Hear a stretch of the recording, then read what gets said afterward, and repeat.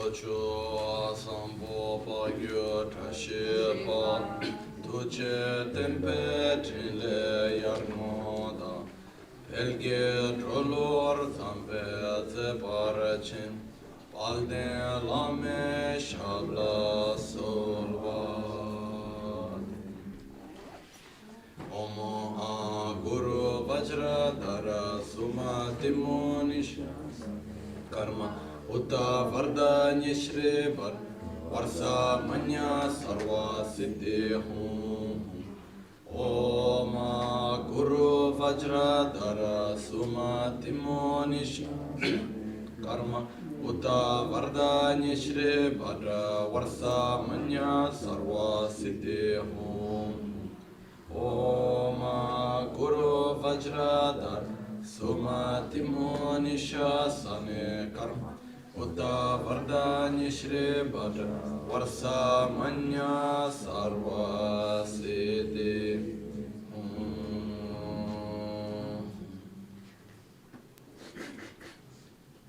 Pakyuke kudanda ge lo pakyuke sundanda ge ma pakyuke tudanda ge yi tenyerme chikdo jingi Makyuke kudan da gelo, makyuke sundan da gema, makyuke tukdan da geyi, te yerme çıktı çingelo.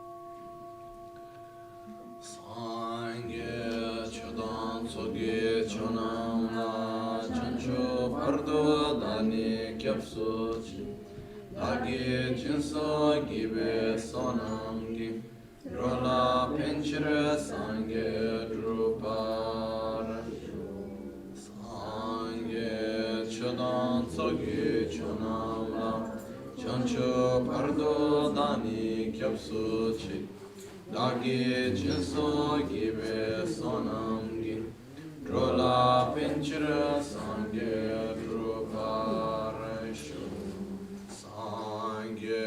Chodan sogi chonamla chancho pardo dani kyapsuchi Dagi chinso gibe sonamgi drola penchira sangye druparashu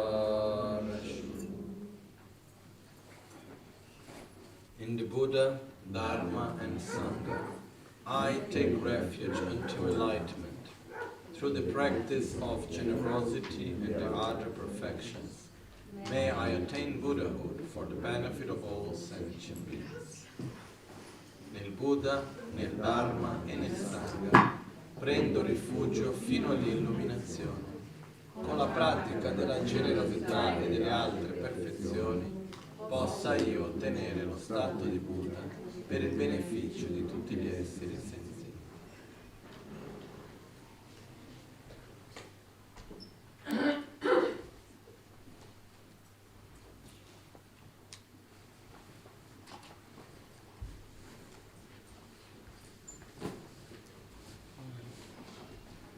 Buongiorno. Good afternoon. Per concludere questo corso farò anche oggi insegnamenti in inglese. Poi per chi di solito ascolta in italiano non vi preoccupate, ci saranno tante altre occasioni con insegnamenti in italiano. Però oggi questa volta procedo quindi con l'inglese, per questo chi avesse bisogno della traduzione simultanea che Francesco fa, può venire a prendere di qua le cuffie. Ok?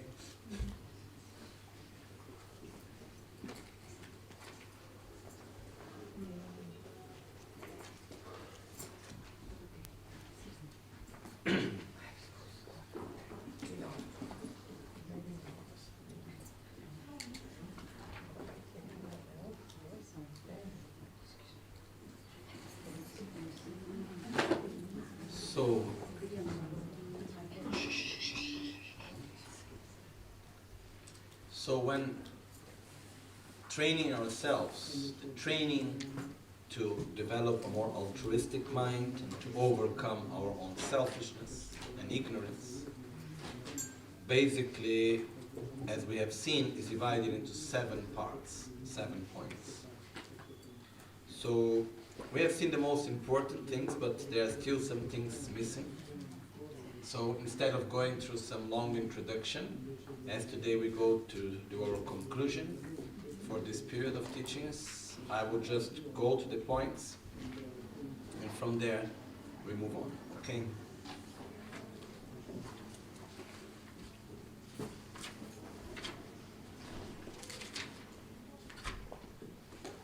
So as we can see in page 39, we have start with the first point. And we have the first point, which is explaining the preliminaries as a basis for the practice.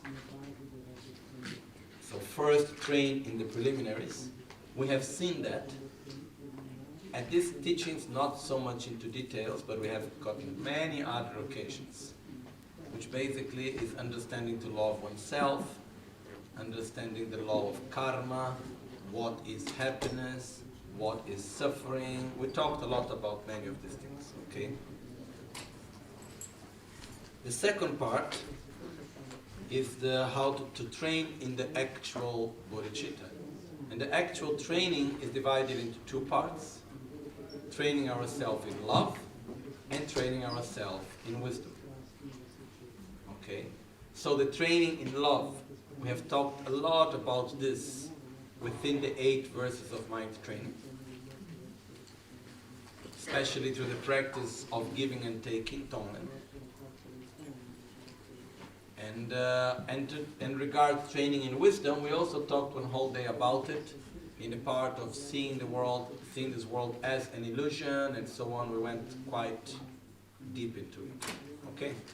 So, I'm not going to go through it right now.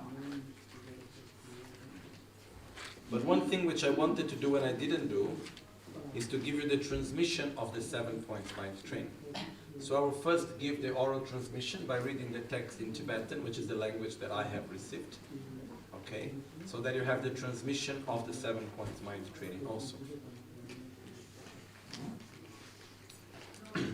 So when we do the transmission, you just imagine that it's like I received this transmission from my guru, so imagine like Lama Michel Rinpoche and my other gurus above me, and above them their gurus. It's like a flow of light that goes from one to the other.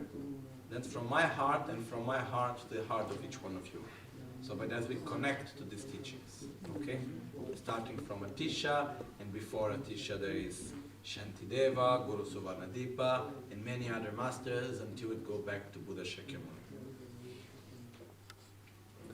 Tekpa Chenpo Lojong Tume Tsawa Shu So Tuje Chenpo La Cha Tselo Chukun Tsun Bara Timbe Chile Tibabu Chewa Timba Menga Due Zi Nimbo De Serlimba Ne Gyubai Damga La Kuba Kibe Chile Chugi Chewa Tempa Dorjinima Jun Shin Shin Shundona So Shebracha Nima Nga Bo De Ba De Janjulam Do Girwayin Tamba Ngge Loma Chidara Chewa Rimbala Tuen Dungi Tambo Ngundro Ge Tenche Temba Nye Tambo Ngundro Talala Nibang Shi Chunjogi Sim Chon La Tendam Chunjogi Sim Chon Zo Dang Kuzo Chunjogi Sim Chon Zo Niel Tenda Chunjogi Sim Chon Zo Yig Ni Pil Chirngan Tu Sung Kya Rang Lu Cham Guan Chong Gaba Chimbo She So Tara Lojong Nime Weze Lojong Guan Lojong Guan Gen Tu Zin Yen Bo Kyo Zang Sa Tse So Mongro Wok Tu Sumba Shin Gubra Kebra Chengi Le Oktu Gubra Chawe Tena Kunzo Janjuki Sem Jombani, Leland Jelada, Lagarden Java, Tolenivo Permaja, Lembe Corre, Anazam, Tenilon like Embracha, Yusum Tuxum, Geza, Son, Ninge, Jege, Menga Durdupa, Tela, Trempacoveger, Cholam Gundu, Tsigi, Cham, Tenda Janjuki Sem Jomani, Tempa Domne Samate, Chunamila Taborsa, Mageri Veshila, Nimboniga, Satra. Lamge Ngovo, Kushinga, Lasha, Tunsam Gume, Kibrucha. Sumba King, Junjuki Lamdu, Gurbani, Nujudi Kangwe, Tse, King Junju Lamdu, Gura, Chalagandu Gomata, Jurwa Shiden, Tabgicho, Shiba Tse, Chigi, Nyamle, Dine, Temba, Ninga Nimbo, Durtuba, Tongadana Jarwaja, Tikche, Powe, Tamani, Tongani, Chelamche.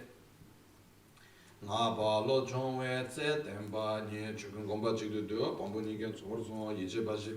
Yundo di ide bashikyudo den jamwe tseni lobayin Chongda chimbonga denye yingyang tumna chongba yin Rupa lo chongge tanze tenpa ni jiden zunla dazo la dunpa gyula ranzo jaya Yala nyamba jome cha shincho kanya mizamo nyamo kanche ngola jan tribo rewa tamche pa tukche ki se pa shumo sambo mi te shange mi go chome go Nela mi a joga lang la mi che to jome o tolo mi cha gyo ki tsem Wa gyo ki tse mi te la du du mi yap kiki yen la tu duk mi tsur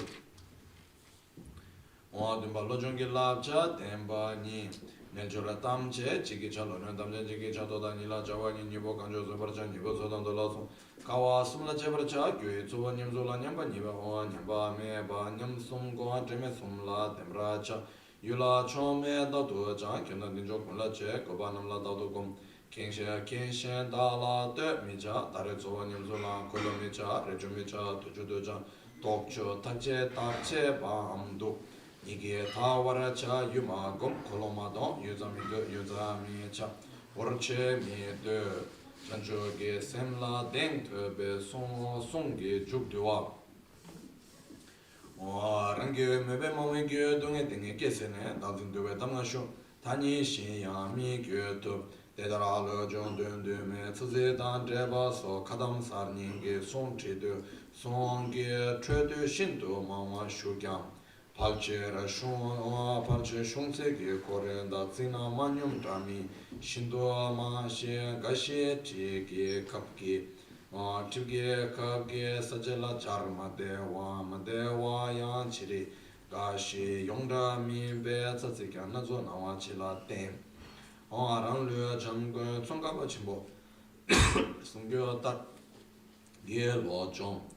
Nime we sere Lojong Losang Ge la o tuze nyembo namge gondo gunje ge tsaze chik chuna ma tse chik chuna chi ma ro nyama ringne simur xie pa xie xingwa xingba lor chamde gende chamba lingdu chancho lamrin chimo chekab ki chik du druba lor len che druba lulen nyamla lamrin pa pumso pande ne Tenche jidra kowa shen tsatre mangbura shibda ge tsaze chokrik to sabche ge gende chukche to papunka wa papong ge pe chumi pe treba jodun pe war gyur chi. Okay.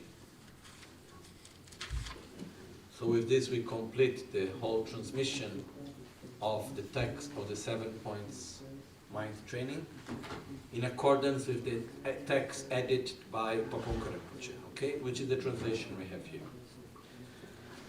So we are not going to go to the second point right now because we already saw this in the previous days. So we jump to the third point in page number 41.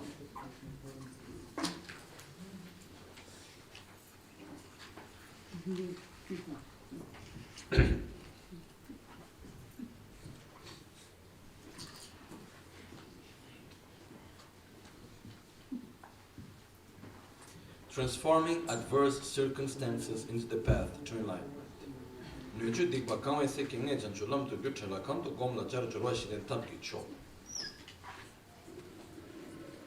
When the environment and its inhabitants overflow with unwholesomeness, transform adverse circumstances into the path to enlightenment. Apply meditation immediately at every opportunity. The supreme method is accompanied by the 4 practices. So basically, one of the important parts of the practice of Lojong is learning and training ourselves to experience the difficulties of life as a way to practice Dharma, as a way to develop our own qualities. Because, as we said during these days, life is full of difficulties, right? There are difficulties all the time. There are difficulties that we create because things are not as we expect. There are difficulties because of our health. There are difficulties that comes from the behavior of other people. There are difficulties that we don't know how to deal well with that. There are difficulties that come from the environment. And there are all the other difficulties that come basically because reality is not as we want it to be. Okay? So, if we need to create a situation, a condition where no difficulties are present in order to develop love and compassion, then what would we do? Wait forever. Because it's actually popular wisdom, no? When we say, what is the rule? When one problem ends, what happens? A new one begins, right? That's popular knowledge. We all know. And we also know that when a new problem do not start, we create one. Okay? So basically, if we need to wait the condition for everything to be perfect in order for me to be able to practice compassion and love and develop bodhicitta, I can simply wait forever. Instead, if we learn how to use the difficult situations as a way of our own practice, then we have no excuses to stop practicing. Every circumstance is a good circumstance. So the objective here is to transform that is negative, interferences, difficulties, into our path. Okay? So how do we do that? There are different ways. Let's start with the first one, maybe a little bit more easy. Our tendency is that whenever we experience an adverse circumstance, we are the victims of the world. Or not? Right? So when we have adverse circumstances, when we feel sad, when we feel oppressed, when we don't have enough, or whenever anything happens, mostly when there are circumstances that we don't like, our tendency is to see ourselves as the victim. And what happens when we see ourselves as the victim? Just remain there, or we react? We have tendency to attack. So we defend ourselves. And sometimes we apply also, as some politicians say, what's the name? Attack in order to defend, like preventive attack. Sometimes we see someone, okay, we do some preventive attack. Or in some situation we are already doing preventive attack. But the fact is that by entering into this attitude, when we see ourselves as the victim. We victimize ourselves. And basically, we are attacking the world, trying to make the situation different, the people, the places, this whatever. And because of that, we have a tendency to generate more anger, more aversion, more insatisfaction, more guilt, because we are the ones to blame also. So if we ask ourselves whenever we are in a difficult situation, who is there to blame? Sometimes the problem is not the answer, the problem is the question. Like in this case.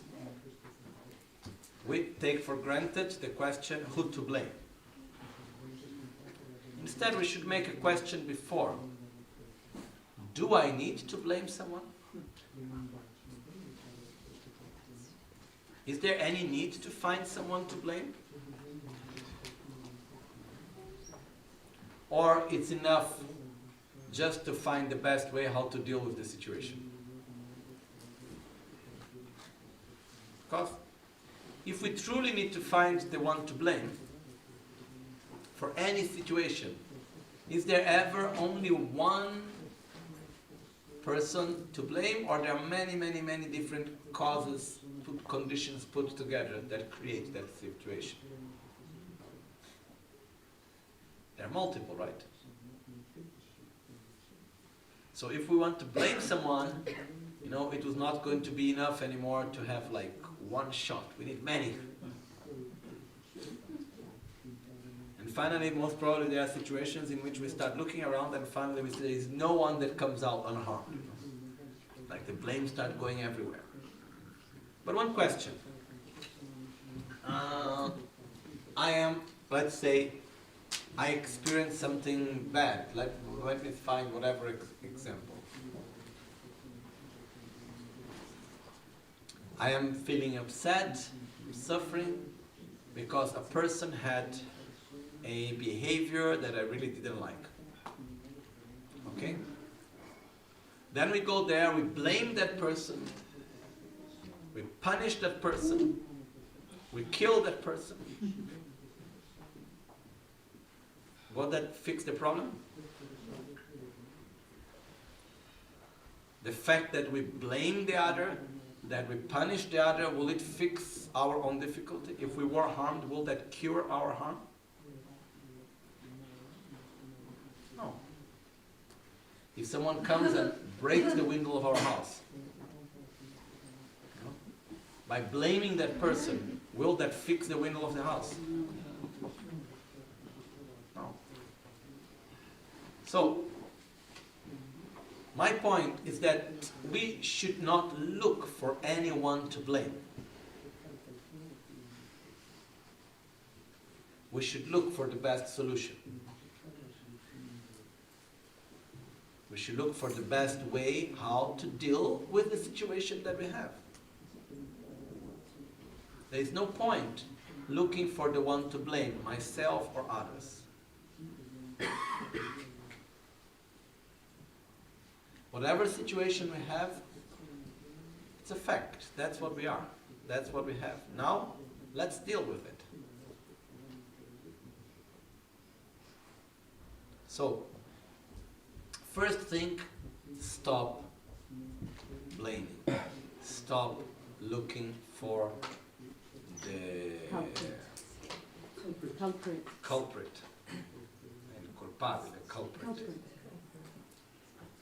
Okay? We don't need to find a culprit. We don't need to find a responsible. We need to act. We need to find the best way for ourselves to deal with the situation. That's all. What is the best that I can do? There's a very stupid example, but it just came now to my mind. Some years ago, I was working to make the ceiling of our gompa, there, putting all the mandalas and everything. And there was one experience which for me it was very good. I learned many things with it. It was very positive. which basically was the fact that I had a very short deadline, and I programmed everything that needed to be done so that the Gompa would be ready when Rinpoche was needing for, I think was Easter. Okay? So there were many things to do, and I programmed one thing after the other. Then came the moment in which we need to prepare to put the mandalas.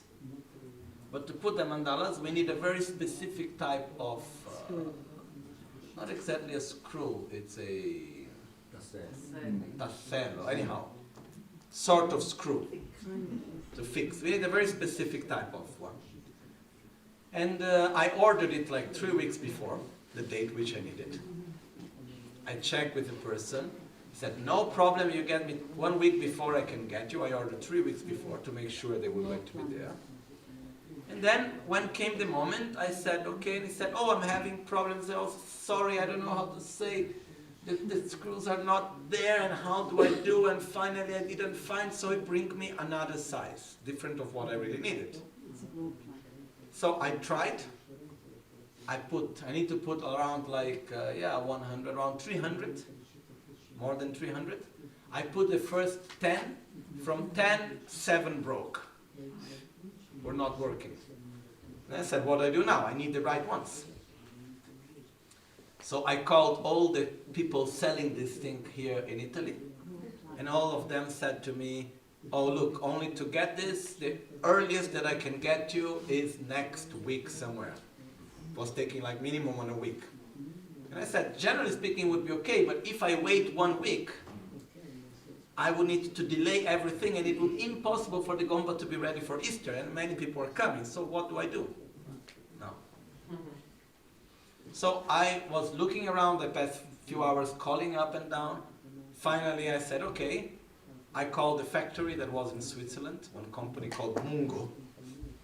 So I called the factory in Switzerland.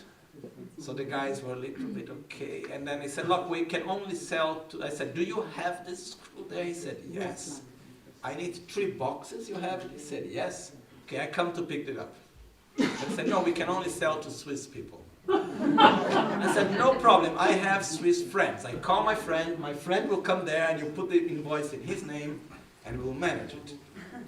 And then he said, okay, you come. So right away I took the car, 8 hours driving, arrived there late in the night, went to sleep somewhere, woke up early in the morning, 7 o'clock, and the time the factory opened, I was there.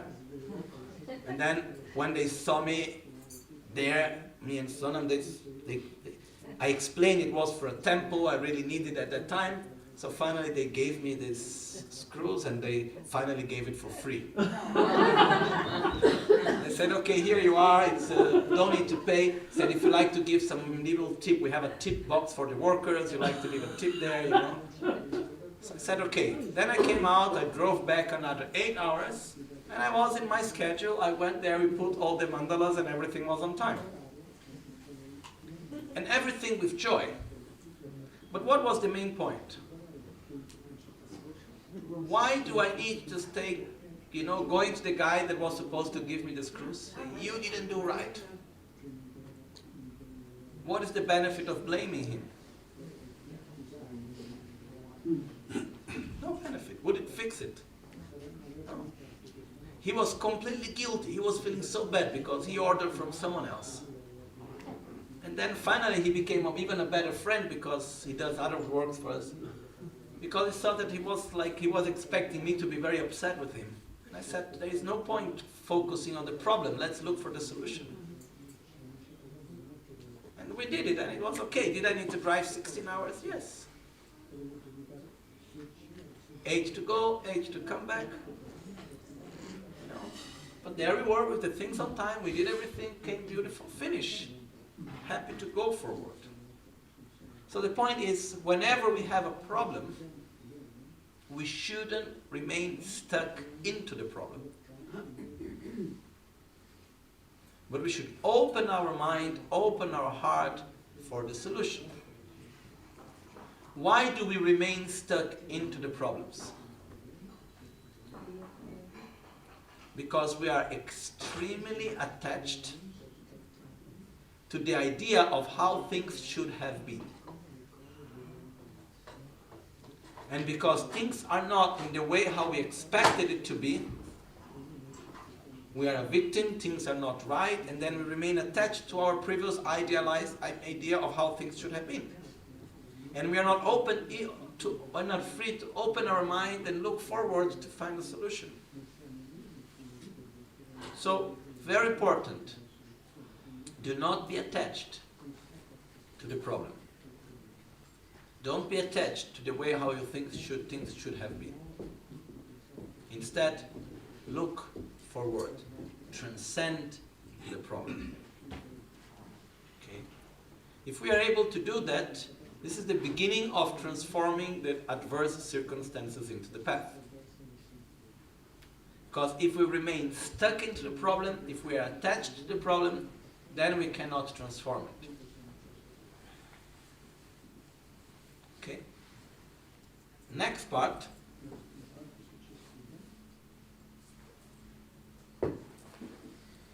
There are a few ways of transforming the adverse circumstance into the path.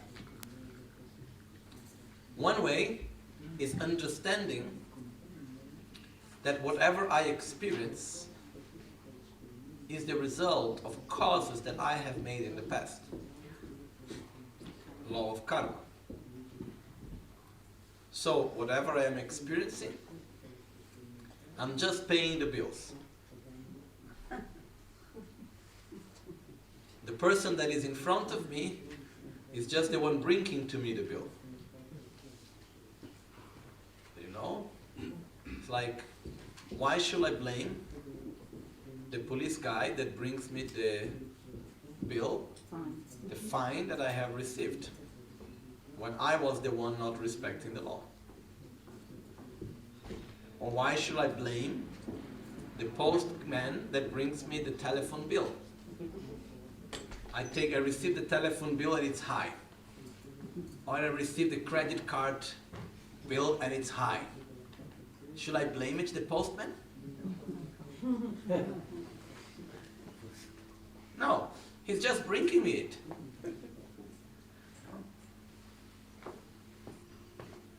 Who is the one to blame if we need to blame someone? Who is responsible? Ourselves. I called. I spent. Then finally, I paid. So, imagine what if we had a strange credit card.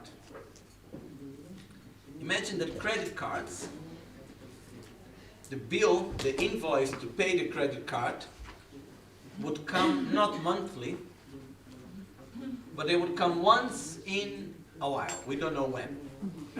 So we spend something, we buy something, and then maybe the payment of that will come in one day, or maybe it will come in 10 years. We don't know when the bill is coming. And when the bill comes, it only comes the amount. It's not written what it is for. Okay? Would we see it as something unjust? Like this month I haven't spent anything, and look the bill that I get. But we would never pay anything that we did not spend. But if we are not able to make the connection, then we feel that it's unjust.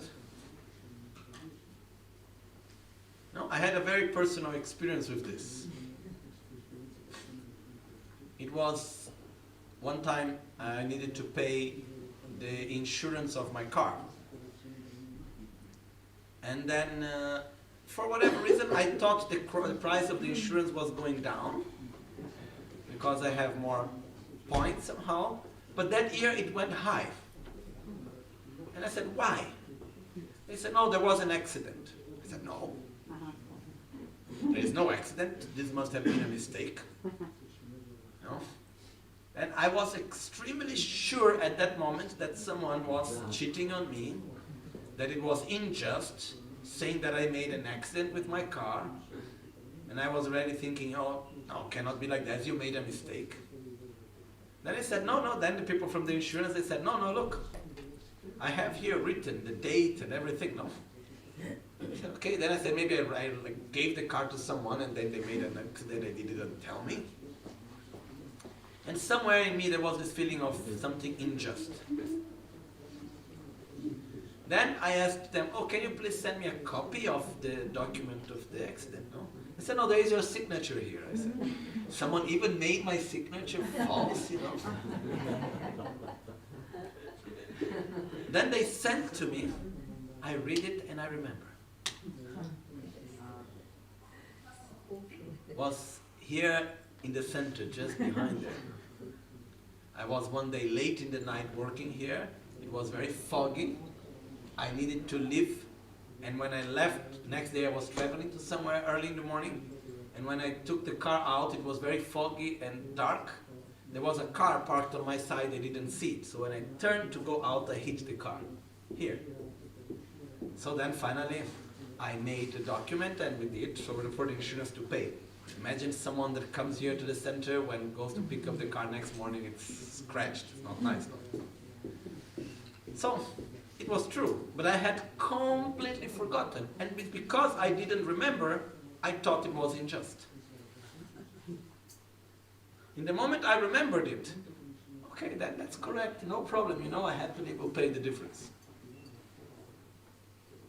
So the problem that we have with karma is that we have no memory whatsoever, no awareness whatsoever of what we did in relation to what we paid. So the bill is coming, and we are blaming the postman. Okay? So basically, what we do normally is we see the condition through which our suffering arises as the cause. What the other person is telling me, it's a condition. The environment is a condition. The situations that I go through are conditions. The causes are in the past, in choices, thoughts, actions, and words which I said, which I did in the past. So, it's important that whenever we experience something, we remember ourselves. That's just the result of some past action that I don't remember. So, let's pay the bill.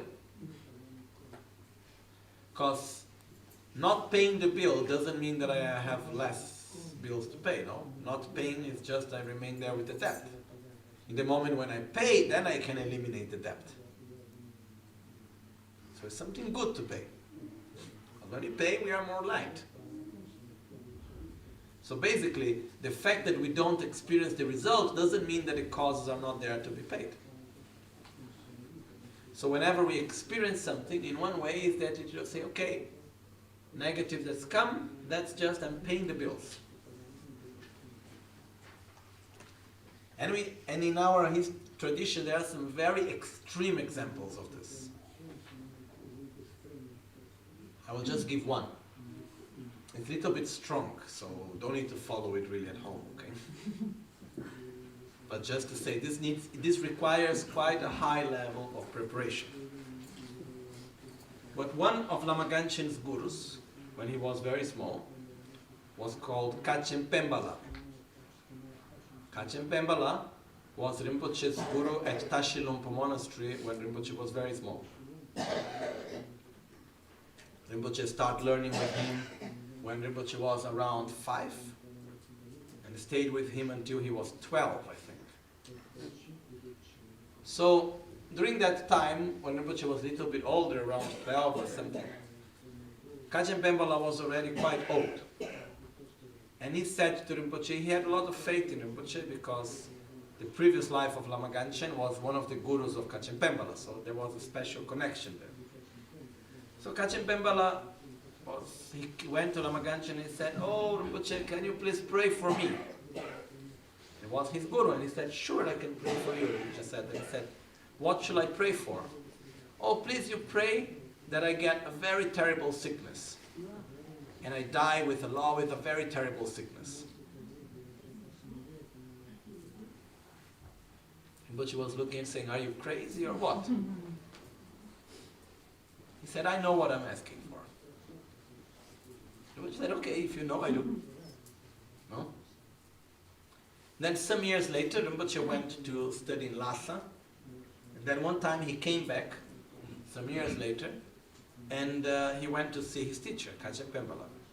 And at that time when he went there, he had a big problem in his throat. He was very old already. And in his throat, he had a sort of cancer, whatever, and there was a hole in the throat. So he had a lot of difficulty talking, eating, everything. And then when he saw Rinpoche with difficulty, he said, "Oh, thank you very much, I'm so happy. You see, I got what I wanted." Rinpoche was not understanding. Then he explained to Rinpoche. He said, "You know, I am not this body. This body have already given a lot to me in this life.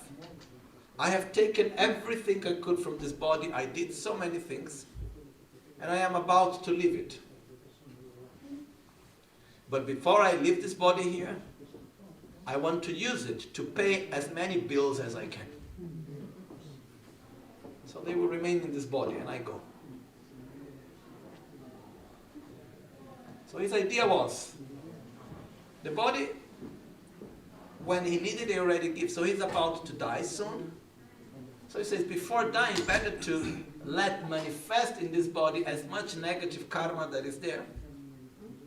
He said, I want to go to the next light, more light, with less debts. So as many debts I can pay in this body, the better. Because I already finished to use it, so use it as much as it can. Let the body pay the debts. And then I go to my next life, more light. Okay, this requires a high level of understanding and spiritual preparation. But that's a more like almost extreme case. So I would say we don't need to request and pray for any sickness. And whenever any sickness arises, we should do everything that we can to cure it. But in the meantime, instead of blaming someone or feeling ourselves as the victim, every adverse circumstance that we experience, let's just remember that's that last debt to pay. By experiencing suffering, we are not purifying, but we are making our negative karma less and less. Purification is when we can eliminate the negative karma without needing to experience its results.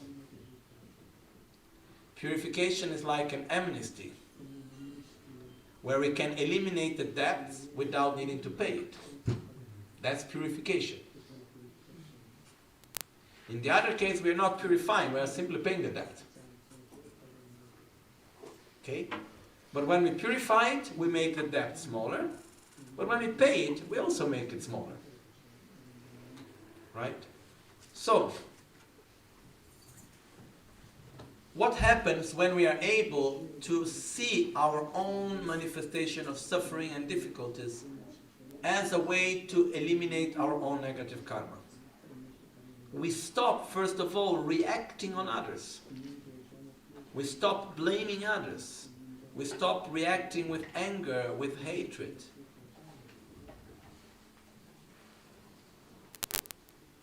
And we stop being the victim. And that's a big step. Okay? The other level, this is the first level of transformation.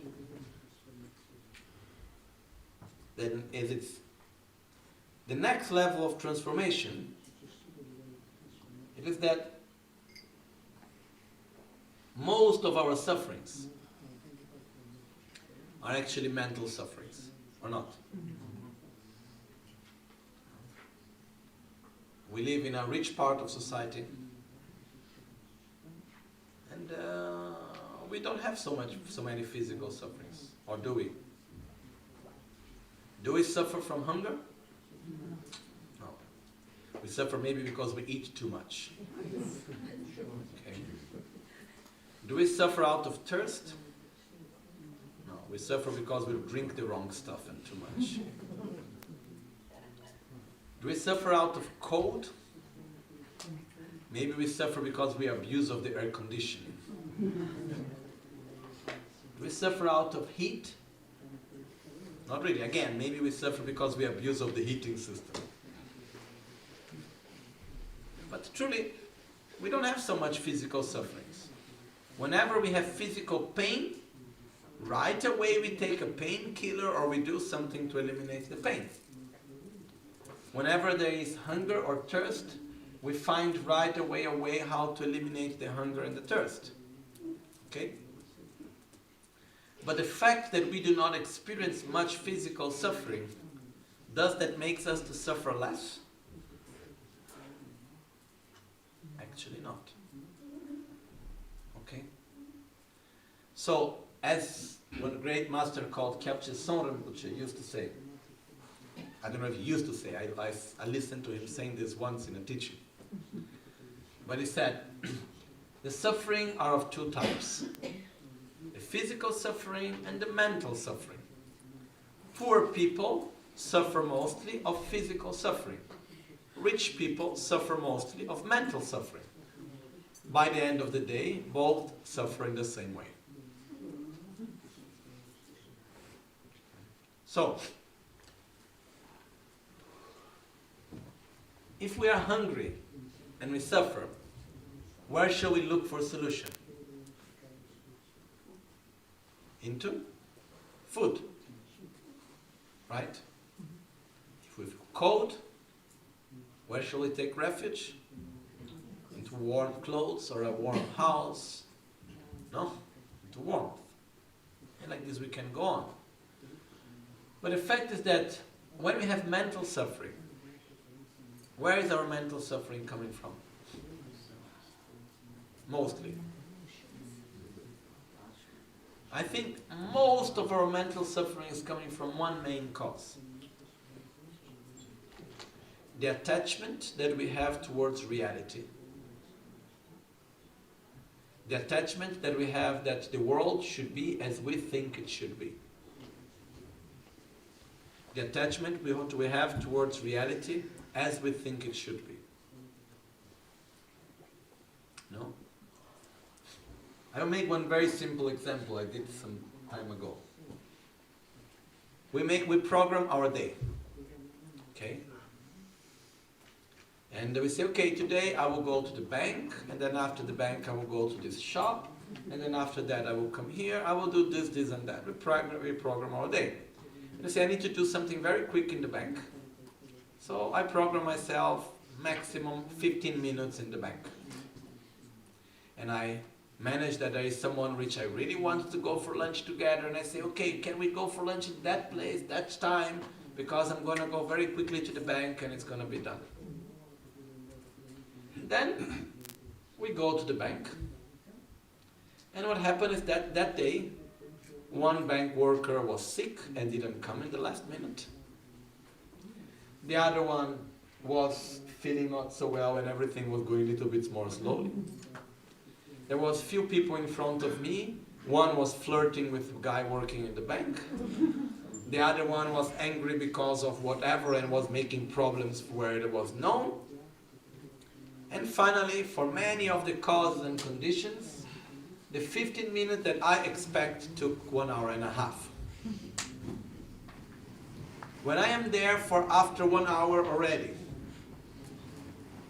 how do I experience the fact that I need to stay in the line for 1 hour and a half instead of 15 minutes? Attraction, aversion, or indifference? Aversion. What is the cause of my suffering? The waiting for 1 hour and a half, or my expectation that it should be 15 minutes? Truly? My expectations. But with whom do we get upset? With reality. Who do we blame? Reality. But truly, why are we suffering? Because we expected it to be 15 minutes and actually it was 1 hour and a half. What if I expected it to be 3 hours and it was 1 hour and a half? Wow, so good, it went really fast.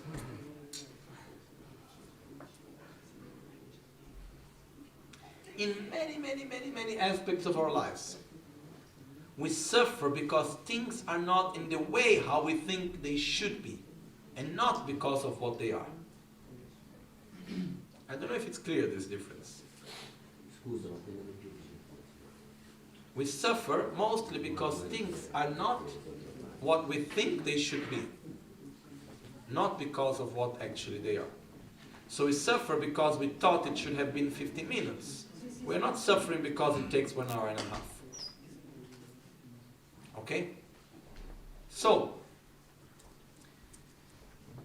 regarding mental suffering, actually, whenever there is mental suffering, it's a very clear manifestation of some attitude that we have that makes us suffer.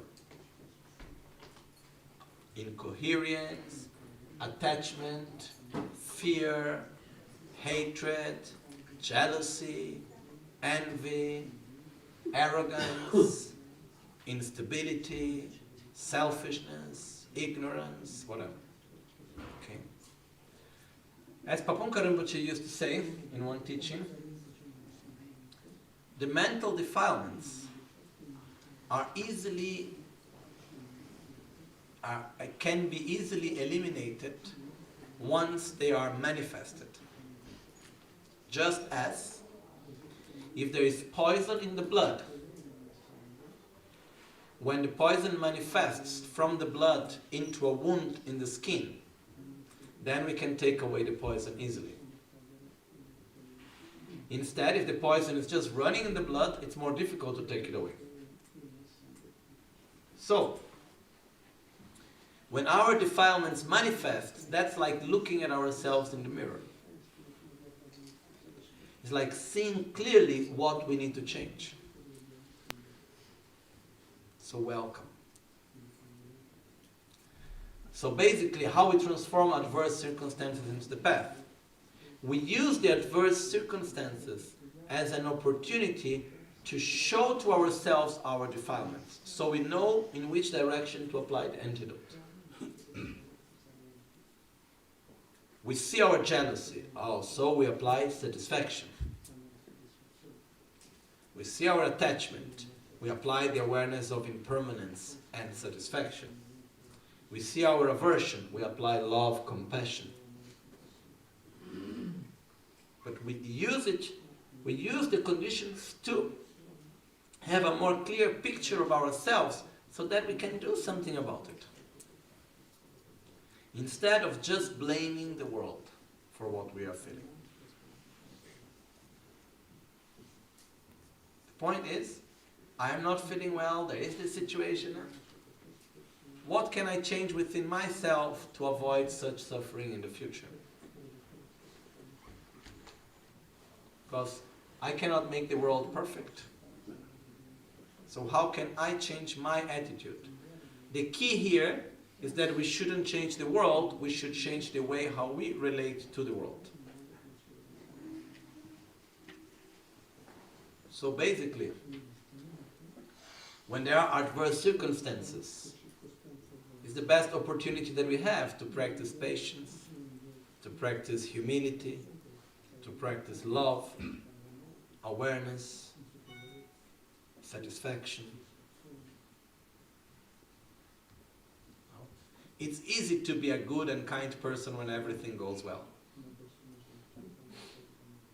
I want to see it being kind when some other people are nasty towards us. I want to see the patience. I want to see the respect in the situations that we are not really well into it. That's our real training. That's where the real stuff comes out. Until the moment we are perfectly in our comfort zone and everyone is nice and kind to us, anyone can be a bodhisattva under constant kindness and everything going well, That's not a real bodhisattva, but just as a way of saying, It's easy to be a kind person when everyone is really nice to us. On the other side, if we act kindly, we must be true and sincere with our kindness. And not just to maintain an image of being kind. No? I just remember now one movie. It's a very strong movie called, let me see if I remember the name of the movie now. Dogville, I think. No? It's a very good movie from my point of view. Because of many reasons, it's almost like it's halfway between reading a book and watching a movie. Because you need to use a lot of your imagination in this movie. There is no doors, no walls, you know. But in this movie, it shows this lady that she was extremely kind to everyone. But she was kind because there was fear. And she was kind because she wanted to have this image of being kind. And she wanted to be accepted by others. In the end of the movie, when actually she doesn't need to depend on the kindness of others anymore, then she manifests all her wrath towards all of them, no?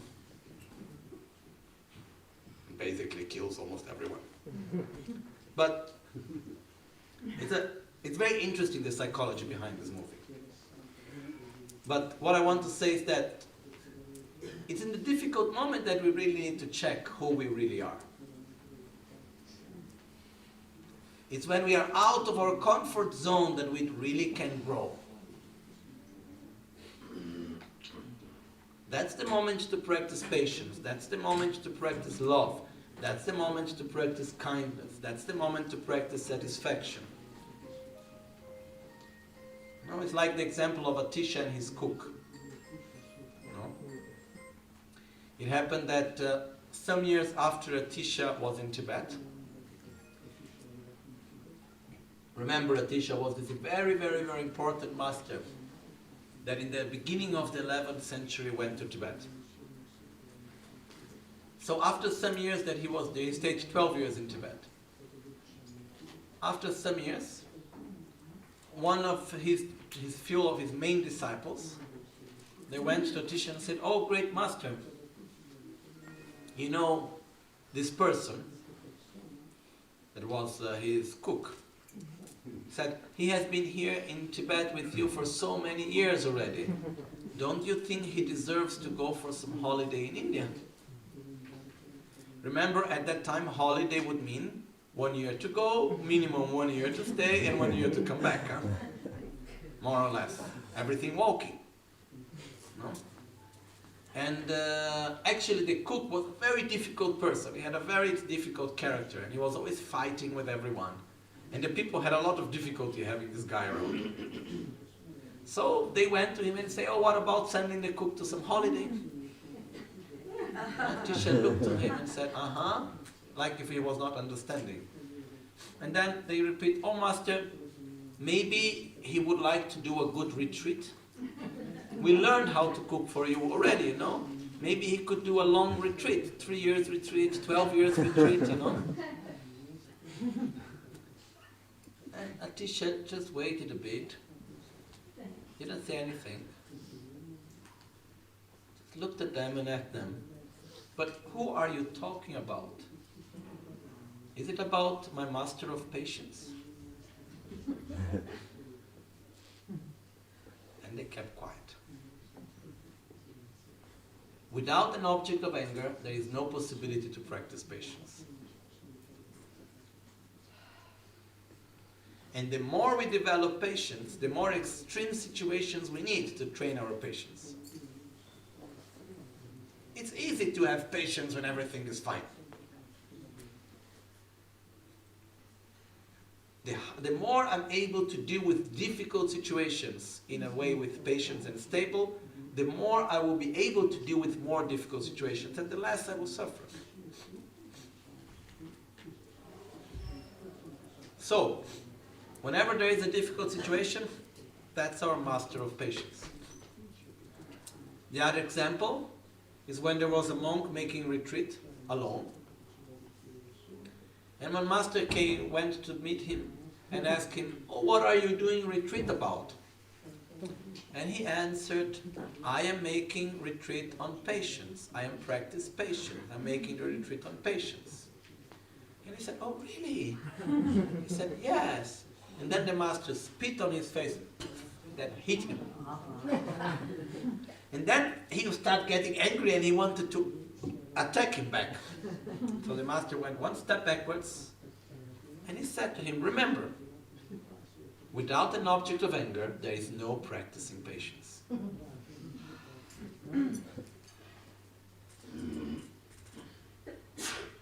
Because what is the meaning of practicing patience without having an object of anger? It means basically identifying oneself with the identity of the patient good guy. There I am, I don't react to anyone, no one is doing anything to me, and everything is fine, I smile to everyone, unless someone harms me. And even we can do we can be there, everything nice, I'm practicing so much patience. Then someone comes, do something to me, and then I get upset. "Stop harming me because I'm practicing patience, you are interrupting me."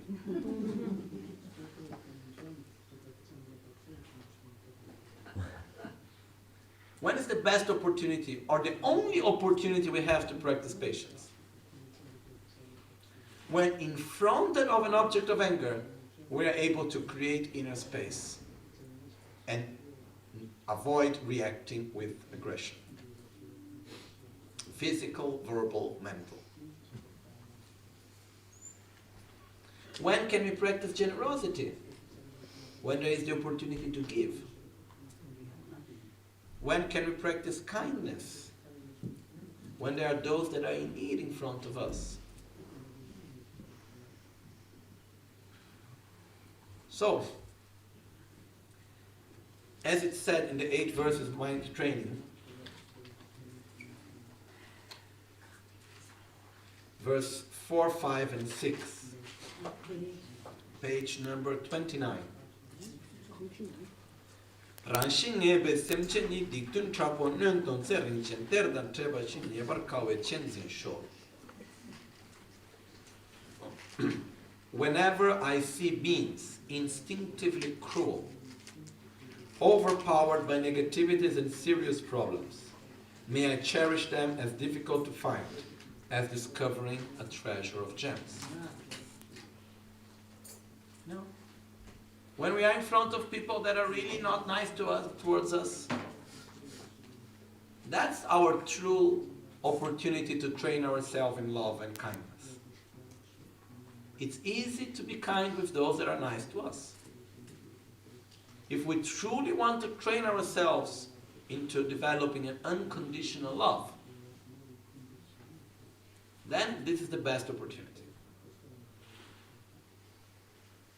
When others, out of envy, treat me unfairly with scolding, insults, and more, may I accept the loss upon myself and offer the victory to others. To be unattached to being right, not being attached to have the victory, to own everything. Unless we see this as the best opportunity really to develop kindness towards the others. You treat me bad, I am not going to enter in the same level of you and react with aggression again. That's the best opportunity I have to give love, to train myself. In other words, the more extreme the situation is, the more high level of training we enter. We don't need to wait extreme situations, but we can use the small daily things as a possibility of training ourselves. Okay, and the last verse says here, not the last, but verse number 6.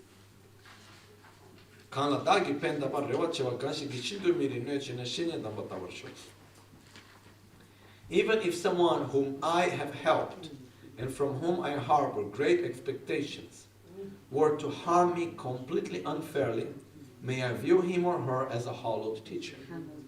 As a hallowed teacher. Basically, it means that when someone that I really helped a lot and I really expect this person to treat me nicely comes and harm me unfairly, who get harmed? My selfishness. My ego. So that's the best opportunity to see it. Ah, there it is, my attachment. There is my selfishness. There you are coming out. So I see you.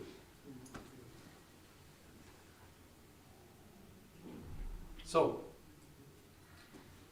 we don't need to look up for difficult situations. But whenever they appear, if we are able to see them and to experience them as the most precious opportunity to train our qualities, then we are transforming the adverse circumstances into the path. Also because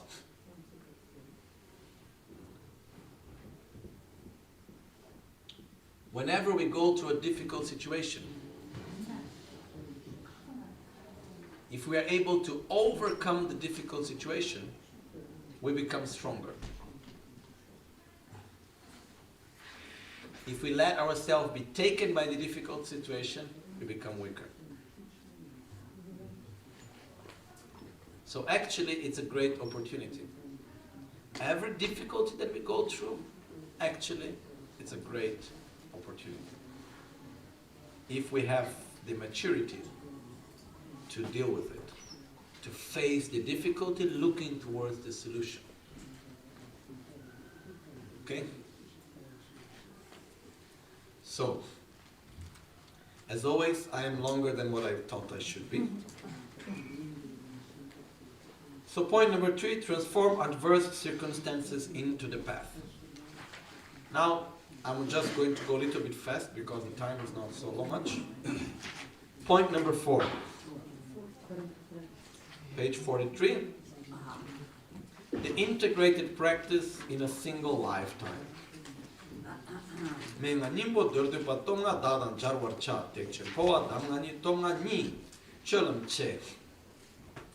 I'm going to be brief here. I'm not going to enter into too many details, otherwise it will take a long time, okay?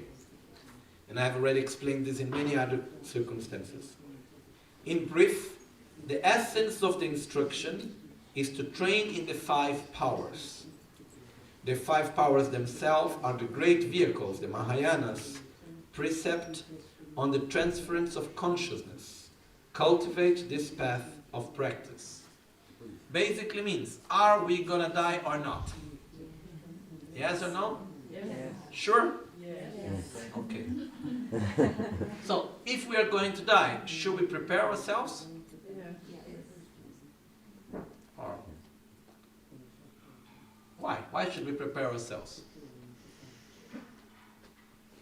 Does anybody have the worry that we are not able to die well? I think this problem we would not have. You know, we will always be, all of us will be able to die. The problem is not that. The problem is that if we do not prepare ourselves to die with the right attitude, with the right state of mind, this will not assure us a good continuity after it. So, there are 5 main points that we need to train ourselves during our lifetime to assure us a good continuity after death. So I would call these 5 powers our good rebirth insurance. Okay? That's the insurance that we can have a good rebirth. If we could buy an insurance of a good rebirth, would we? No? If we could go and say, oh, look, you pay this, and I make sure that you are going to have a wonderful rebirth. Would you like to buy it? Yes. Yes. Okay? It's made of 5 steps. I'm sorry, money cannot buy it. But your daily effort and dedication can. Okay? So let's go through these 5 powers. These 5 powers, they are divided into 2 ways. The 5 powers during lifetime and the 5 powers in front of death. Because of a time reason, I will go first to the 5 powers in relation to death. We never know when it happens, so better to do it first. But basically, it's also very useful for lifetime. So what happened is that if we ask ourselves, how do I prepare myself for death? Most of the times we don't know. One thing is okay, write your will, register yourself for cremation if you like to be cremated, say what you like to say to the people that you supposedly will still be here when you die. Okay? And the practical things. But spiritually speaking, how can we prepare ourselves for death? There are 5 steps. Okay? Which are called the 5 powers. The first power is called Karpo Sabyungito, or the power of virtue. Then we have Dumbeto, the power of intention. Then we have Sunjimbeto, the power of opposition. Then there is Mönlamgitop, the power of prayer. And then the last but not least, we have Kompetop, the power of familiarization. So the 5 powers are virtue, intention or aspiration, opposition, prayer, and familiarization. Okay? Now let's see one by one briefly. First one, power of virtue. Basically, it means to have no attachment towards material things. To relate to material things as a mean and not as a goal. Okay? So, why I own stuff? Because the things that I own fulfill a function towards me. That's all. We should go beyond the aspect of owning only for owning. There is a very small exercise, maybe not that small, but there is a simple exercise that I advise everyone to do. Start with one wardrobe, not with the whole house, okay? Or one bag, or one drawer, depending your level of attachment. You go to one part of the house, you open it, and then you take each object and you ask yourself, this object, what is do you object have a function for me or not? Do you exist to serve me or am I serving you? Okay? So yes, what is the function? Maybe the function of that object is to remember me of something important. That's good. It reminds me of whatever. It reminds me of a person or whatever. Okay? Like a friend of the Sangha, she had, and after she donated it, but she had a beautiful collection of jewels. And once after listening to this teaching, she came and she said, I feel a bit guilty. Because I have this beautiful collection of jewels and I never wear them anymore. So I think I own a lot of things that I see no function in it. But I'm not able to get rid of it. And then, but she said, because, from time to time, once a week, I open the jewels and I remember the moments, the good memories that are connected to it. So, there is the function. To remember things. So basically, we go to any object and we ask, do you have a function for me or not? If there is a function, wonderful. If there is no function, even better. But then we must take 3 actions, 3 possible actions. In front of an object that has no function, the choices are, or I give it, or I sell it, or I throw it.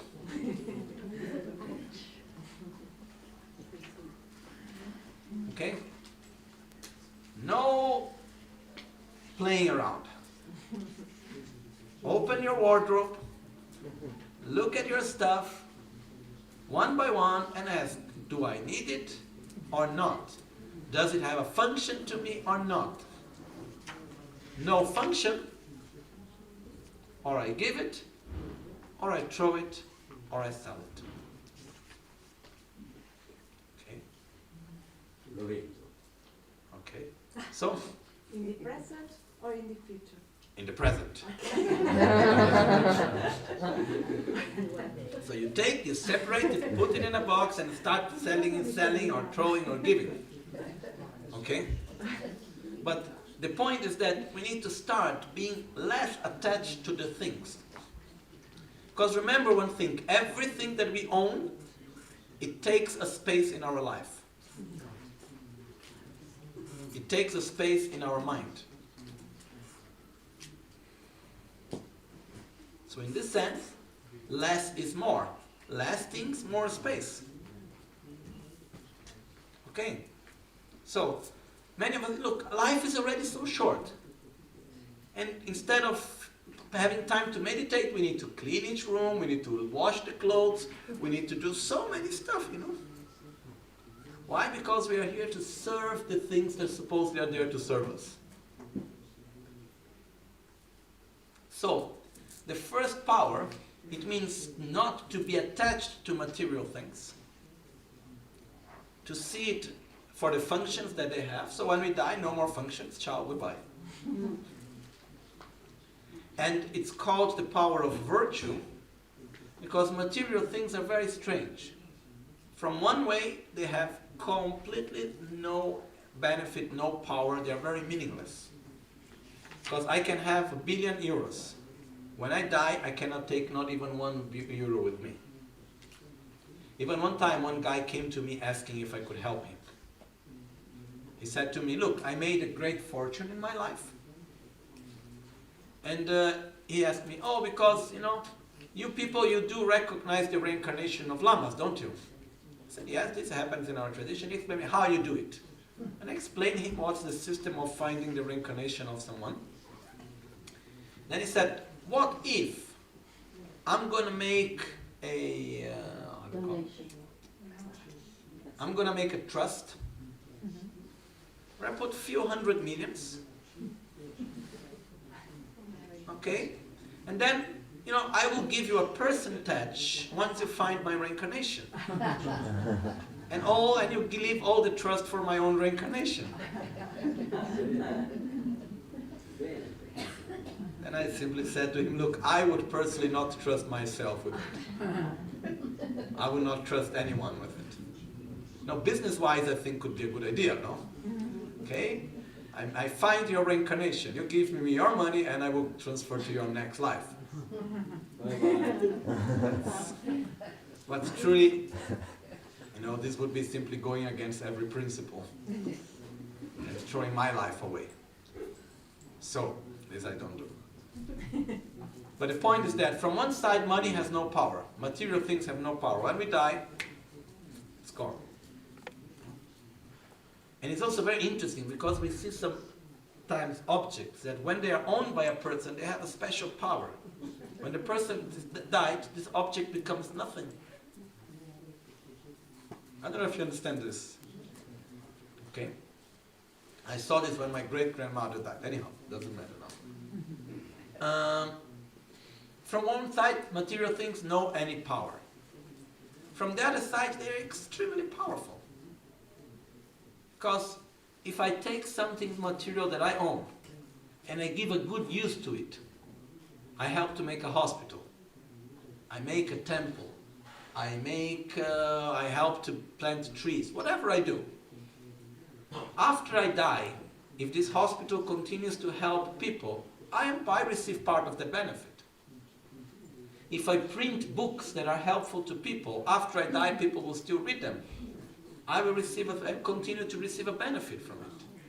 So if we know how to direct well the material things, it can become an investment even for our future lives.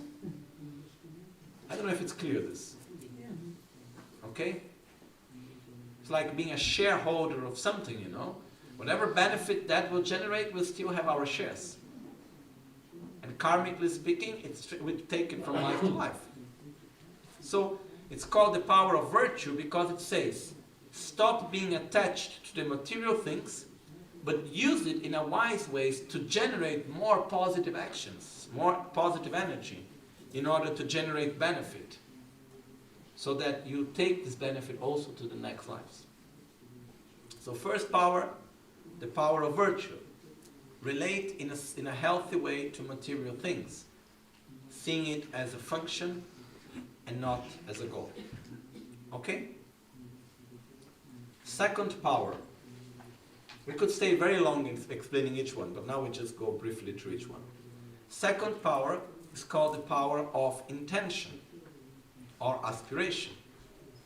The power of intention or aspiration, dumpeto, it basically means not to be attached to our own body. Which means to develop an identity that transcends this body. Okay? It is, I see myself beyond this name, beyond this body. How much are we attached to this identity, to this body? Very much.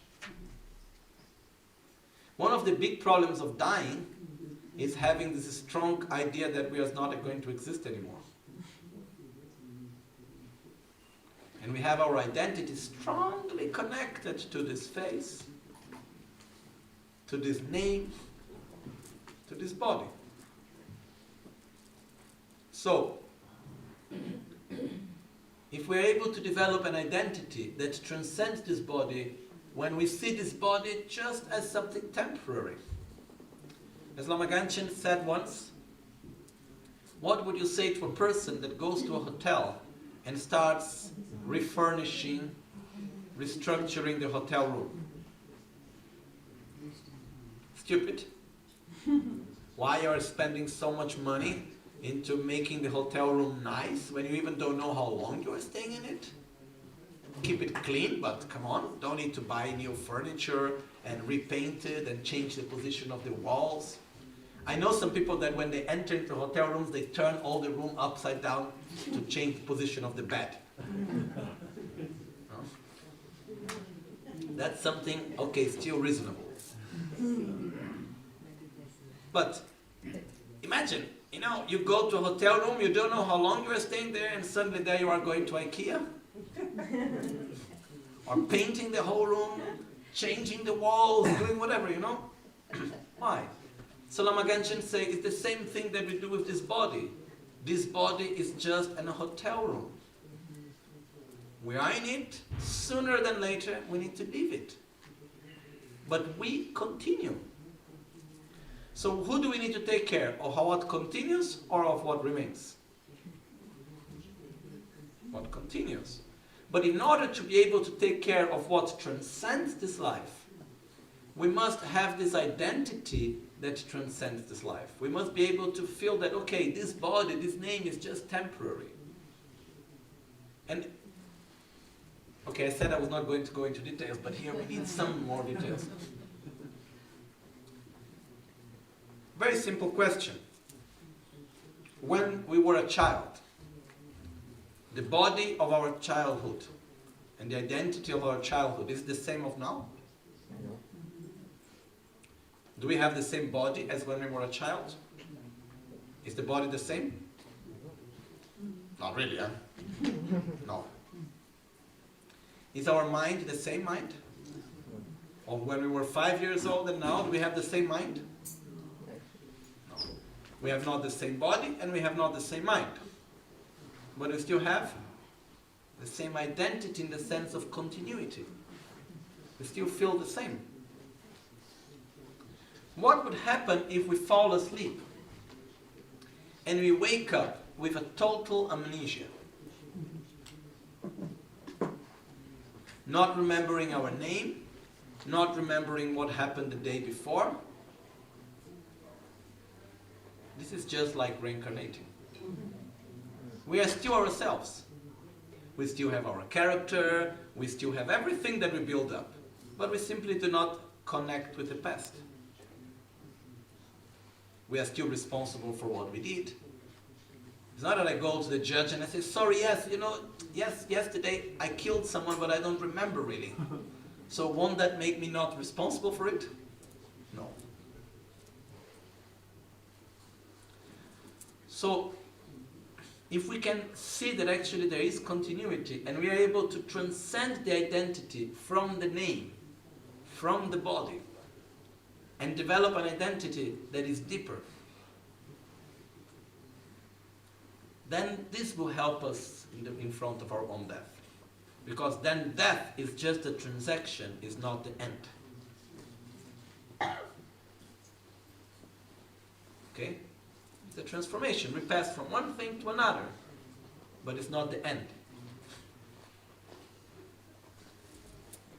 The third power, the power of opposition, it means to strongly recognize that anger, jealousy, envy, fear, miserliness, arrogance, selfishness, ignorance, and so on, are to be abandoned. And it doesn't matter what happens. I'm going to oppose myself to mental defilements. I'm not going to follow it. Because one of the worst things that can happen to us in our death is to die with anger, to die with jealousy, to die with envy, to die with any strong mental defilement manifestation. That's one of the worst things that can happen for us in the moment of our death. It's better to die in pain, but in peace, than to die with no pain, but with anger. So, to have pain in the end of one's life, that's not a big problem. The big problem is not to have a peaceful mind. Okay? So, one of the things we need to start from now, counteracting our defilements, saying, whatever happens, I'm not going to let myself be driven by anger and jealousy and so on. Oppose ourselves to our mental defilements. The fourth power, the power of prayer, means to have a view of what I want for myself that transcends this life. What can I desire for myself that transcends this life?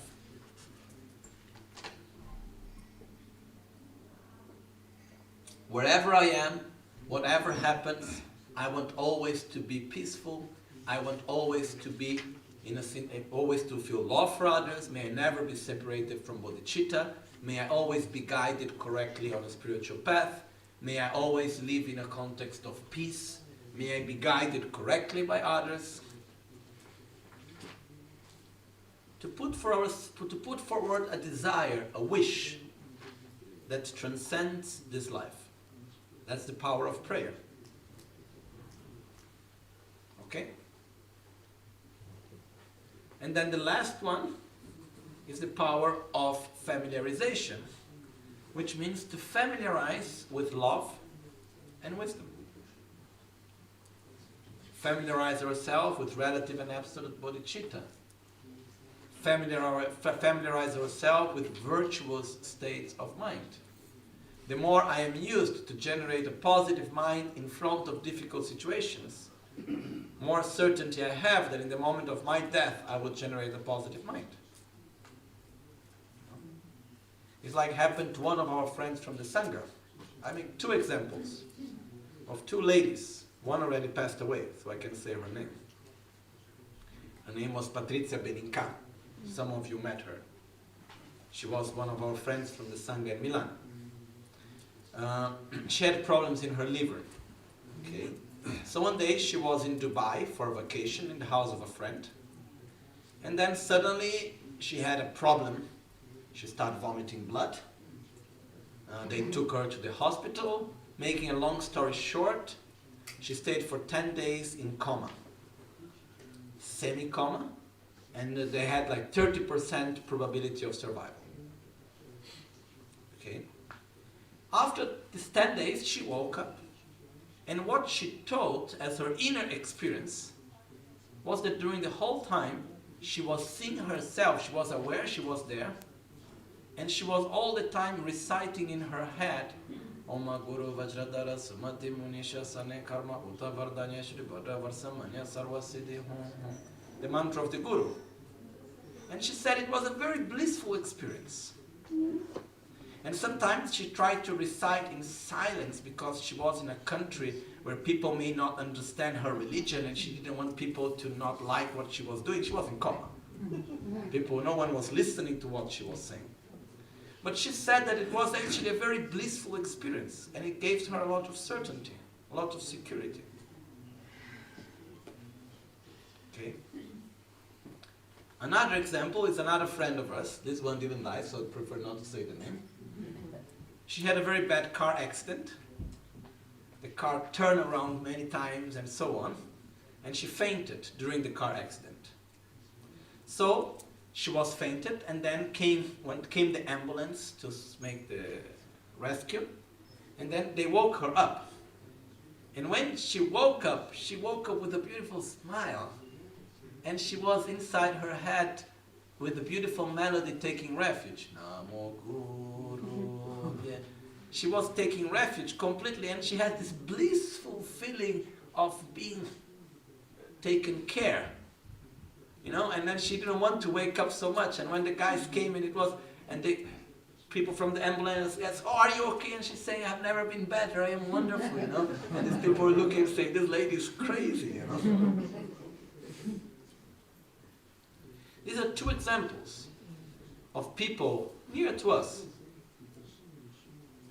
that in the moment of near-death experience, so in the moment of danger, they directed their mind to something positive and virtuous. That's one of the best things that we can do at our own death. How can we assure ourselves that we can direct our mind to something positive in the moment of our death? Familiarizing our mind with positive things during our life. No other way. Okay? So, how to integrate the practice in our lifetime? And how to prepare ourselves for our own death? Give up attachment to material things and relate to it for its functions. And use it to generate positive energy. Normally, to generate positive energy, there are two things that we can do. Use it in a way that will diminish the suffering of others, or use it in a way that it will help to give pleasure and joy to others. Okay. Second, no attachment to one's own body, name, identity, position. Transcend this identity. Develop a stronger identity based on our deepest qualities and not on what other things that we are. Not on our external image, but more in our deepest qualities. Third, oppose yourself strongly to every defilement. Fourth, have higher objectives that transcend this life for yourself. And fifth, familiarize yourself with a virtuous mind. These are the 5 points that can assure us to have a good rebirth. So please do not forget it. Please do not give it up. This is really like next life insurance. But can we wait until the day that we may be in a hospital, completely not being able to do anything? Like a few days ago I had some fever, no? Just a little bit of fever, we already start losing control and we don't have the same energy to do things. So how long can we wait to start practicing these 5 powers? No time. It's never too late, but it's never too early. Okay? So we should start from now. And with this we integrate our practice in our whole life. And we prepare ourselves for death. And how do we know if we have been practicing correctly? Which is the next point. the measure of having trained the mind. Chogun gomba chik to do. Pambo nigan tsor sung yi de bashi gyundute, jamwe tseni lopayin, jomta chimbo ngade yingyan tumna jombayin. Integrate all the teachings into one thought. Any teaching that we receive, all the practices that we have, if everything is integrated into one path, which is love and wisdom, then we are training ourselves well. Primary importance should be given to the two witnesses. How do we know if we are going well or not? How do I see myself and how do others see myself? These are the two witnesses. How others see me and how I see myself. Constantly cultivate only a peaceful mind. The more we are able to have a peaceful mind, the more we are following the right direction. So how do I know if I'm training myself well or not? Am I able to keep a peaceful mind even in more difficult situations? Yes, then I am training myself correctly. The measure of a trained mind is that it has turned away. It has turned away from selfishness. So when we have the mind that changed direction, before we were in a selfish attitude, now we are not anymore. This means we have trained ourselves correctly. There are 5 great marks of a trained mind. We are not going to go through them right now. A trained mind retains control even when distracted. This means that even when we are doing normal daily things, we are always following the attitude of love, of respect, of gratitude, of wisdom. When we are practicing Lojong, even when we are not thinking that we are practicing, then we are training well. Okay? So, the conclusion is that this is not just a nice text for us to read. This is not just some teachings that we can receive to have a sort of meaningful vacation. This is a guideline for our life. Okay. Once again, for centuries, people would have been waited for years to receive these teachings. They traveled for months. They offered everything they had. Literally. Some practitioners, they would come and they would offer to the master literally everything they had. If they had animals, if they had money, clothes, they would offer everything in exchange for a correct guidance. Why? Because this means I give value to it. It's not because the teacher wants it's expensive. So, here we are in a comfortable context, and we have this precious, precious opportunity. And from everything that we have seen in all these days, I think most of the things we could understand quite easily. Okay, some things a little bit more difficult, but most of the things I think it's quite easy to understand. Now it depends on each one of us. It's like, I have given to you, now it's on you to make a good use of it. Okay? But you should go home knowing that you have received something very precious. And I can tell you, in the first day of these teachings, I said that this booklet, I will exchange it for all the money I have multiplied by 1,000. If I need to pay for it, I had no problem. If I need to exchange everything I have materially for it, I would have no problem. Not because it was nicely done, the imagination, and it's beautifully printed. Not because of that, which is also true, but it's because of the content that is here. It's a guideline for our lives. And it's one of the most precious things we could ever have as a correct guideline. In case of doubt, be sure that here you find the answer. case of uncertainty, here we find a direction. So, use it as much as you can. Apply it to your life. Read it again and again. Make it part of your life. This is my request. Okay? And by that we make it meaningful. And again, in a secret way. Nobody needs to know that we are doing it. Okay? So, to conclude, I would like once again to say thank you to all of you, in the sense that you give me the opportunity to go through all these teachings again and again, to reflect upon it, to familiarize my mind with it, to think about myself, to direct myself. So I'm very grateful to all of you to give to me this opportunity, sincerely speaking.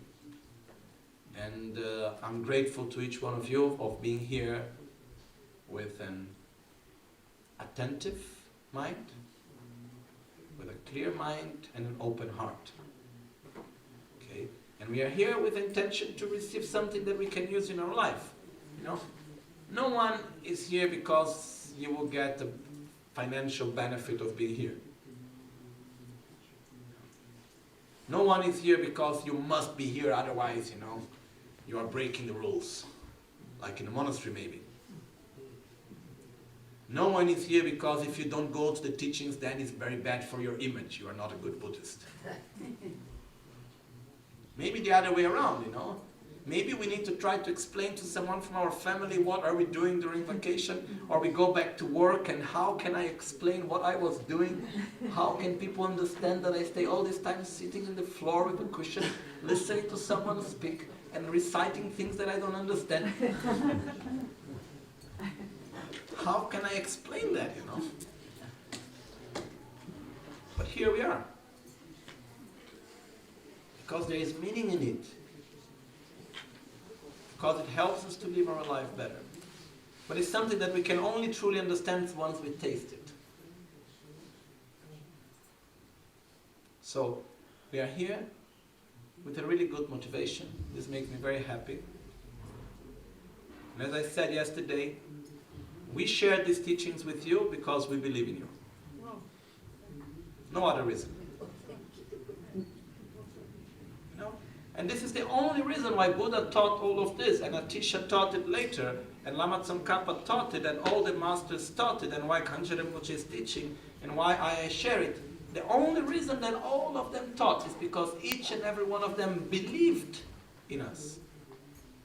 Believed in you. That we can practice, put it into practice. Otherwise, what's the point of passing hours and hours and hours with throats talking and trying to... No, if we just need to pass time, we put some nice movie or whatever, go to play soccer, we can do so many things, you know. I'm sure we can find many people to tell nice stories, much nicer than me talking, you know. But we are not here just to pass our time. We are here because we believe that we can do it, and we can do it. So, what I ask you is, if our gurus believe in us so much, if we can at least have half that faith in ourselves that they have on us, you know? At least half. Say, yes, I can do it. So we take these teachings, we take to our home, we read it again and again, and one part a day we put into practice in the best as we can. We try to integrate it to our daily life within our own level. And this will really make a difference. Okay?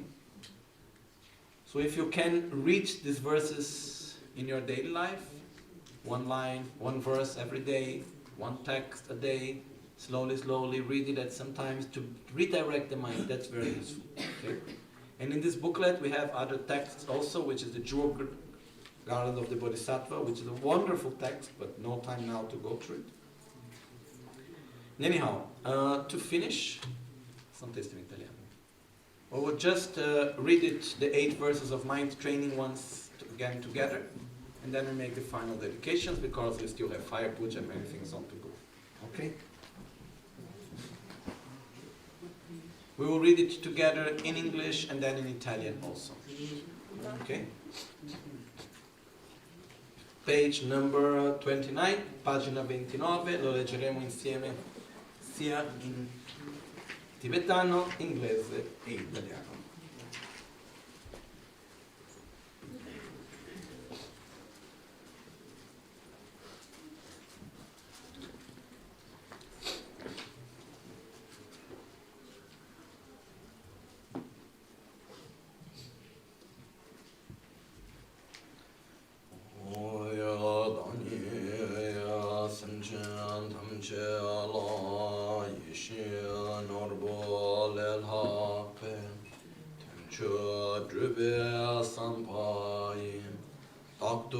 Chebra zimbra sho kanto sudan drobe tse dani kunle mendash shenla samba takpa ye chokto chebra zimbra sho cholom kundu rangyo la tokchin nyamo kema ta dakshin maron chebe na tsenda dongne dokbra sho rashin nembe simche nye dikten chakpe nandon se rinchen terdan cheba shin nyebra kawe chinzen shon dala shenge chato ge shekura laso mirekpe kyonga range lemba dan gyalka shin la bilwar shon kanla dage pentak bam rewa chewa kanshigi shindo mirek neche na shenyen tamba tawar shon dorna nuedan gyuba ye pende manam kunlabel mi nuedan dunga kun sangwe dala lembra sho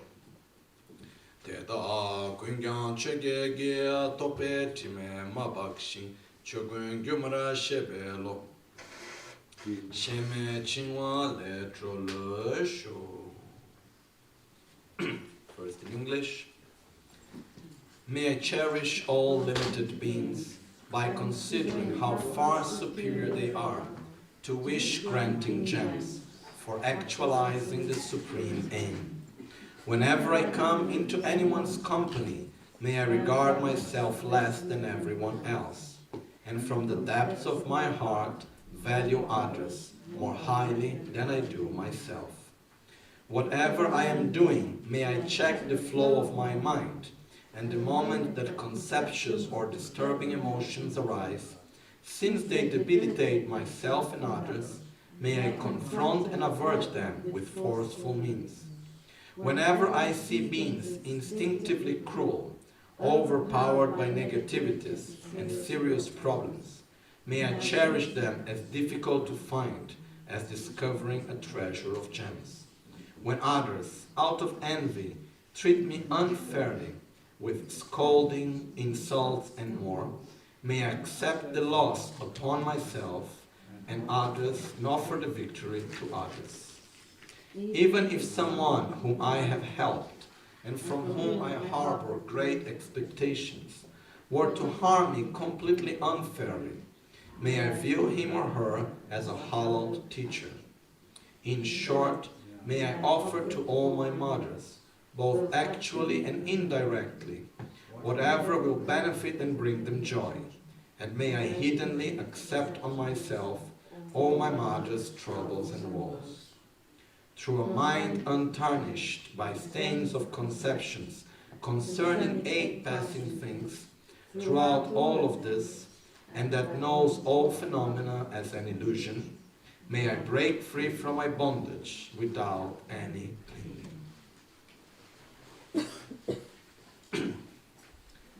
Possa io sempre compiacere tutti gli esseri limitati, considerandoli di gran lunga superiori al gioiello che esaudisce i desideri, per la realizzazione dello scopo supremo. Ogni volta che sono in compagnia di qualcuno, possa io considerarmi inferiore a tutti gli altri, e dal profondo del mio cuore considerare gli altri più di quanto io consideri me stesso. Qualunque cosa stia facendo, possa io controllare il flusso della mia mente, e nel momento in cui sorgono i concetti o le emozioni disturbanti, dal momento che debilitano me e gli altri, possa io affrontarli e scongiurarli con i mezzi potenti. Ogni volta che vedo esseri che hanno un istinto crudele, sopraffatti dalla negatività e dai gravi problemi, possa io compiacerli come fossero rari da trovare, come scoprire un tesoro di gioielli. Quando gli altri, per invidia, mi trattano ingiustamente, con rimproveri, insulti ed altro ancora, possa io accettare la perdita su di me e offrire la vittoria agli altri. Anche se qualcuno che ho aiutato e verso il quale nutro grandi aspettative mi danneggiasse del tutto ingiustamente, possa io vedere lui o lei come sacro insegnante. In breve, possa io offrire a tutti le mie madri, sia realmente che indirettamente, qualunque cosa possa essere loro di beneficio e recar loro gioia, e possa io accettare di nascosto su di me tutti i problemi e i guai delle mie madri. Attraverso una mente immacolata da errori concettuali riguardo le suddette 8 cose, e attraverso esse, che percepisce tutti i fenomeni come un'illusione, possa io liberarmi dalla mia schiavitù senza alcun attaccamento. Chancho Semcho Rinpoche Ma che panam che Nyampar me paya Conne conto ervareshu Cetsu lame kotse raptenci Namkar chile chochur gepada Losan tempe drume sasungi Drove munsel taptu neyus Nimodele sendele nime kuyandele shi Nitse taptu Elekpe concho sunki jingiro Concho sunki madru sol Concho sunki trashisho. All'alba o al tramonto, di notte o durante il giorno, possano i 3 gioielli concederci le loro benedizioni, possano aiutarci ad ottenere tutte le realizzazioni e cospargere il sentiero della nostra vita con molti segni di buon auspicio. Grazie a tutti.